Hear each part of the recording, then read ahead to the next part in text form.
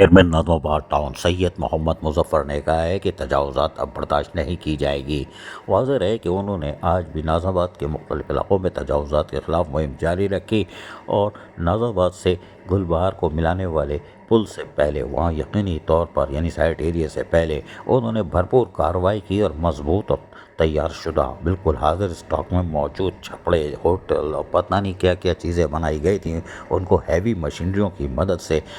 ختم کر دیا۔ اس خاتمے کے دوران پولیس کی بھاری نفری وہاں موجود تھی، وہیں انسداد و تجاوزات ناظم آباد ٹاؤن کا عملہ بھی موجود تھا، جبکہ فوکل پرسن ظہیر احمد بھی موجود تھے۔ اس موقع پر پختہ تجاوزات کا جہاں ہیوی مشینریوں کی مدد سے خاتمہ کیا گیا، وہیں ایکسکیویٹر اور ٹریکٹر بلیڈ اور دیگر چیزوں کے ساتھ باقاعدہ بھرپور قسم کا آپریشن کیا گیا۔ تجاوزات کے خاتمے کو یقینی بنانے کے ساتھ ساتھ سید محمد مظفر نے پیغام دیا ہے کہ ہم یہاں گرین بیلٹ کو اب شجرکاری مہم کا حصہ بنا کے اس کو خوبصورت بنائیں گے تاکہ لوگوں کو بہتر سفری سہولتیں میسر آئیں،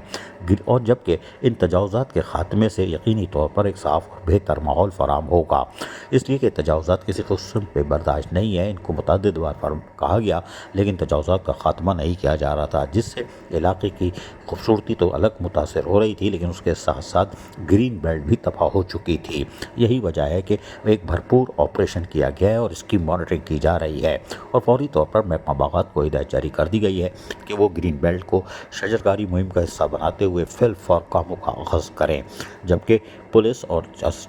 ضلع انتظامیہ کو بھی لکھ کر دے دیا گیا ہے کہ اس کی مانیٹرنگ کی جائے تاکہ دوبارہ تجاوزات قائم نہ ہو، کیونکہ یہاں مضبوط اور پختہ تجاوزات قائم تھی جس کو ہیوی مشینری سے ختم کیا۔ عزیز عارف، KBS بلیاتی نیوز، کراچی۔